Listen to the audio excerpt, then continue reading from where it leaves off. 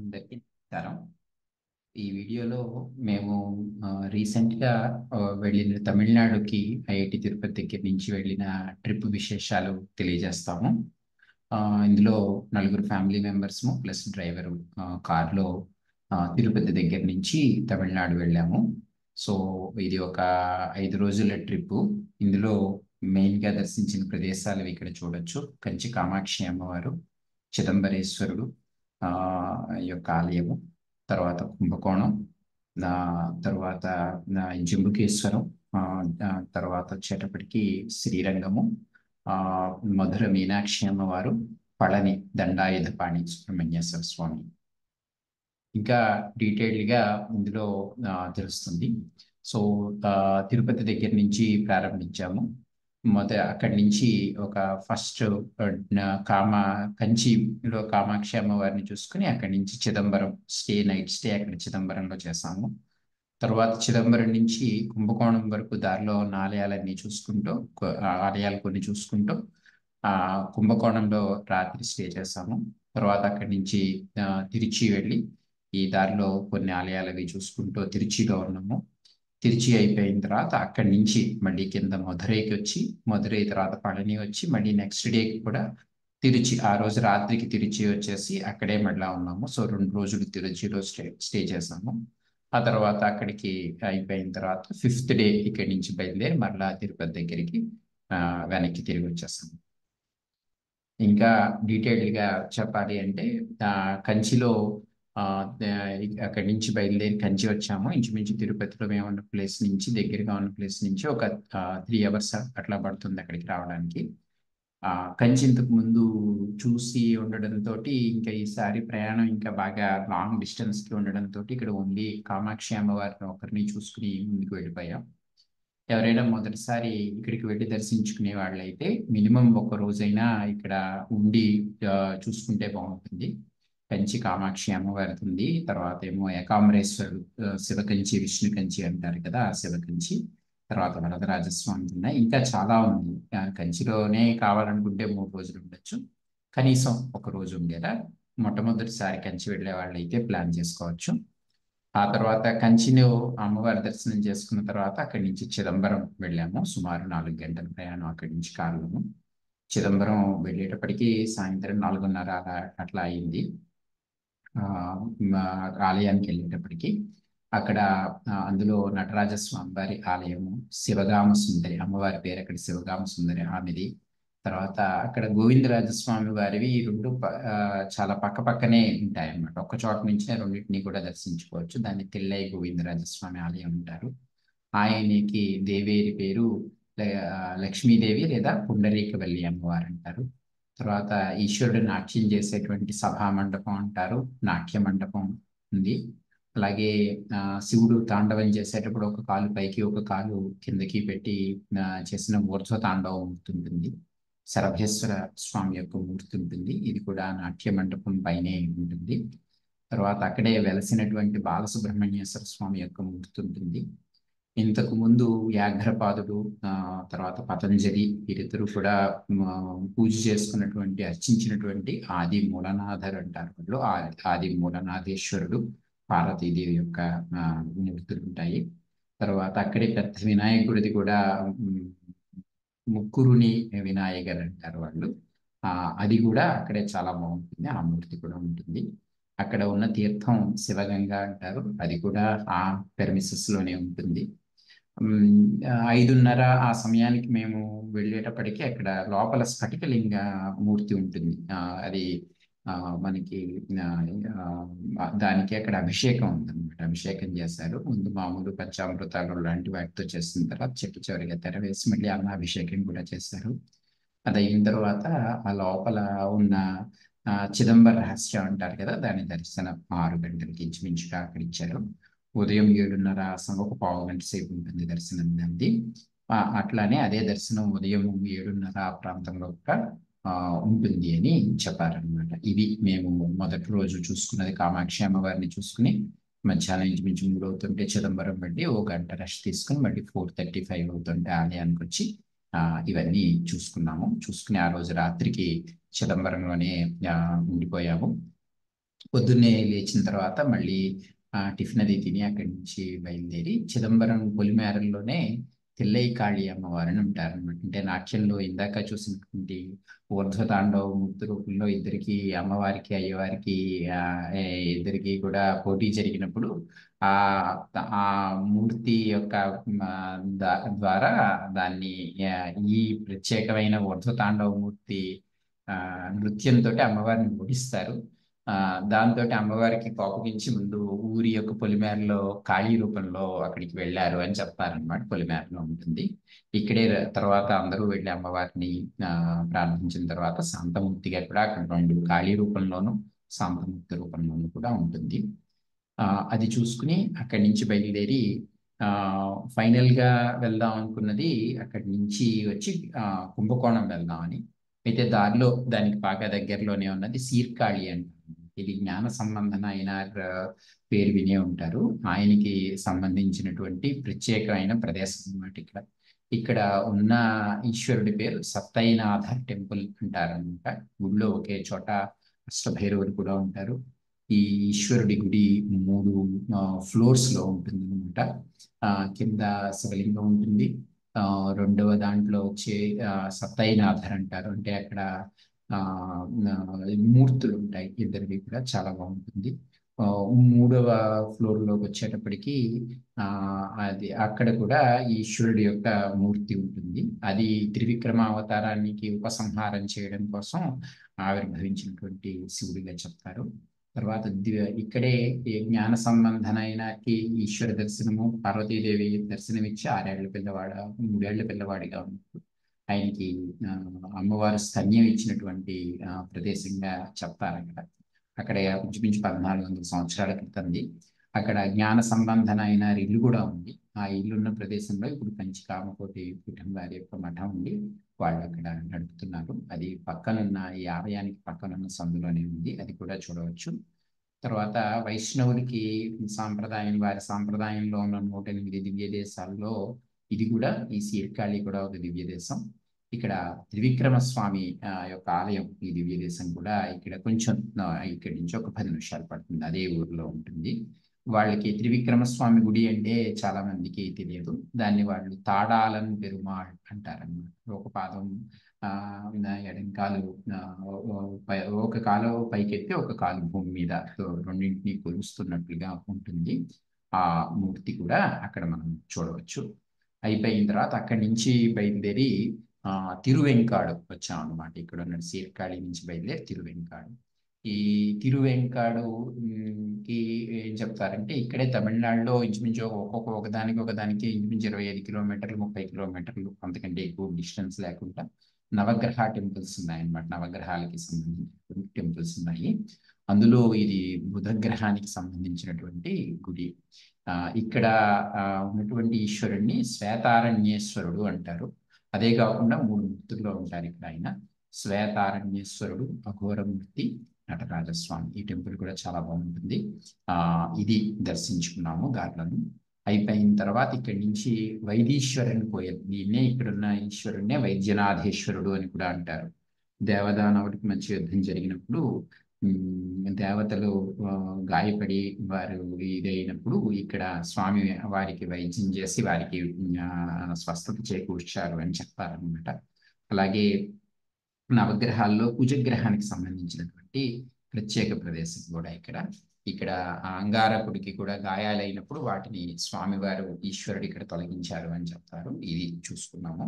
ఇది అయ్యేటప్పటికి పొద్దున్న అక్కడ బయలుదేరి ఇక్కడికి వచ్చి తర్వాత ఇక్కడి నుంచి వెళ్ళడానికి కుంభకోణం వెళ్లే దారిలోనే మైలాడుతురై అని వస్తుంది అనమాట. ఇక్కడ మయూరనాథుడు అంటారు ఇక్కడ ఉన్నటువంటి ఈశ్వరుణ్ణి. అమ్మవారిది కూడా అమ్మవారు అయ్యవారు ఈశ్వరుడు పార్వతి కూడా ఇక్కడ శివపార్వతులు ఇద్దరు నెమళ్ల రూపంలో నృత్యం చేస్తారు అని చెప్తారనమాట.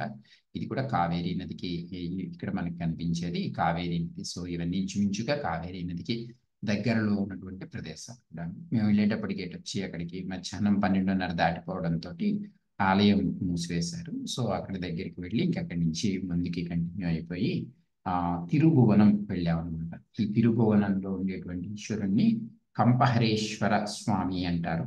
ఇక్కడ అమ్మవారి పేరేమో ధర్మ సంవర్ధిని అమ్మవారు. అట్లానే ఇక్కడ శరభేశ్వర స్వామి యొక్క ఆలయం కూడా ఉంది. ఇది ఏం చేస్తాము అంటే ఆ, సమయం ఇంకా సరిపోకపోవడంతో కుంభకోణము అప్పటికే 12:30 అయిపోయింది. మేము సీర్కాళి వైదీశ్వరుని కోయిల్ చూసుకునేటప్పటికే దాంతో కుంభకోణం వెళ్ళిపోయి మరలా వెనక్కి వచ్చి ఈ తిరుభువనంది చూసాము. సో ఇక్కడ ఉండేటువంటి ఈశ్వరుడు కంపహరేశ్వరుడు ఇక్కడ రాజుకి చూడులు అనుకుంటాను వాళ్ళు కట్టించిన వాళ్ళలో ఆయన కంపనము అంటే వణుకు లాంటిది కదా, అలాంటి ఇబ్బంది ఉంటే అది తొలగించినారు అనమాట. అమ్మవారి పేరేమో ధర్మ సంవర్ధిని అమ్మవారు. అట్లానే నృసింహ అవతారానికి మళ్ళీ ఉపసంహారం చేయడం కోసం వచ్చినటువంటి ఈశ్వరుడి రూపంగా శరభేశ్వరుని చెప్తారు.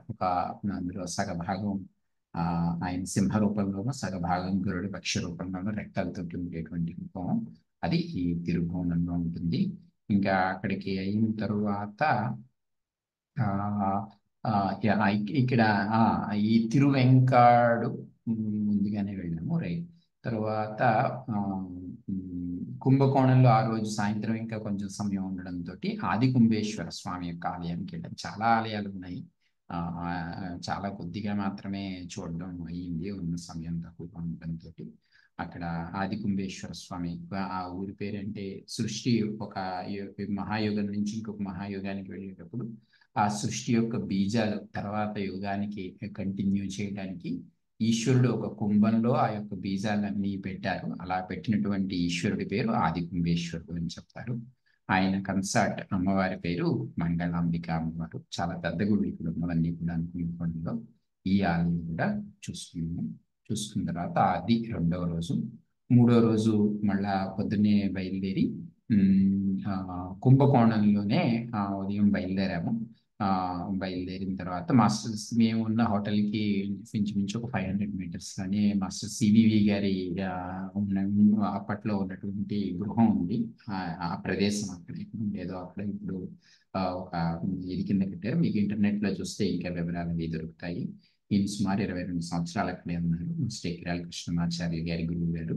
సో ఈ ఇంటికి వెళ్ళి ఒకసారి అక్కడ నమస్కారం చేసుకుని అక్కడి నుంచి కుంభకోణంలో సారంగపాణి టెంపుల్. సారంగపాణి అంటే విష్ణుమూర్తి యొక్క టెంపుల్ అన్నమాట. సారంగాన్ని చేతిలో పట్టుకున్నటువంటి విష్ణుమూర్తి. ఈ టెంపుల్ చూసుకున్నాము. ఇది చూసుకున్న తర్వాత ఈ ఆలయం చూసుకుని అక్కడి నుంచి త్రిచి వెళ్తామని దారిలో తంజావూరులో ఆగి తంజావూరులో బృహదీశ్వర ఆలయం విష్ణుమూర్తిది ఉంది కదా, ఆ బృహదీశ్వర ఆలయం ఒక గైడ్ని కూడా అక్కడ పెట్టుకున్నాం. అక్కడ కన్స్ట్రక్షన్ ఆర్కిటెక్చరల్ వివరాలు కూడా మనకి బాగా తెలుస్తాయని చెప్పి బాగుంది, ఆలయం చాలా బాగుంది. ఇంకా అక్కడ చాలా తంజావూరులో ఇంకా చాలా ఫేమస్ ప్లేసెస్ వెళ్తే కనుక ఒక రోజు మొత్తం అక్కడ ఉండడానికి కావాల్సినవి ఉన్నాయి. ఉదాహరణకి పిల్లలతో వెళ్తే సరస్వతి గ్రంథాలయం అని ఉంది. చాలా పెద్ద, one of the largest libraries in ఇండియాలో దాన్ని చెప్తారు. అయిపోయిన తర్వాత అక్కడే బంగారు కామాక్షి అమ్మవారి గుడి కూడా జస్ట్ ఒక 10 మినిట్స్ దూరంలో ఈ బృహదీశ్వర ఆలయానికి దగ్గరలో ఉంటుంది. ఇటు వచ్చి మేము బృహదీశ్వర ఆలయం చూసేటప్పటికే 12:30 దాటిపోవడంతో ఇంకా అక్కడికి మిగతా వాటికి వెళ్ళడం అవ్వలేదు. అక్కడి నుంచి ఇంకా బయలుదేరి తిరుచిరాపల్లి వెళ్ళిపోయాం. తిరుచినాపల్లిలో అక్కడ స్టే చేసాం. కొంచెం 2 అవర్స్ రెస్ట్ తీసుకుని మళ్ళీ 4:30 ఆ టైంకి అక్కడ ఆలయాలు తెరుస్తారు. అప్పుడు జంబుకేశ్వరం ఆలయానికి వెళ్ళాం అనమాట. ఈ జంబుకేశ్వరాన్ని ఈశ్వరుని యొక్క పంచభూత లింగాలలో జలలింగం ఉంది. ఈ ఆలయం కూడా జలలింగాంది అక్కడ ఉన్నటువంటి ఇవి అక్కడ చూసుకున్నాము. అయిన తరువాత అక్కడికి దగ్గరే మళ్ళీ చాలా దగ్గర ఒక 10-15 నిమిషాలు అక్కడ దివ్య దేశాల్లో ముఖ్యమైనటువంటి వాటిలో అదైనటువంటి శ్రీరంగం వైష్ణవ దివ్య దేశాల్లో ఉండేది. అది రంగనాథ స్వామి యొక్క ఆలయం, చాలా పెద్ద ఆలయం. ఆ రాత్రికి ఈ 2 చూసుకునే తర్వాత మళ్ళీ ఇంకా హోటల్ రూమ్కి వచ్చేసి అక్కడే ఉండిపోయాం. 3rd డే అయిపోయింది. తర్వాత 4th డే మళ్ళీ అక్కడిని తిరుచినాపల్లి నుంచి బయలుదేరి మధుర మీనాక్షికి వచ్చాం. మధుర మీనాక్షి అమ్మవారు, అయ్యవారి పేరు అక్కడ సుందరేశ్వరుడు. ఇది చాలా పెద్ద ఆలయం.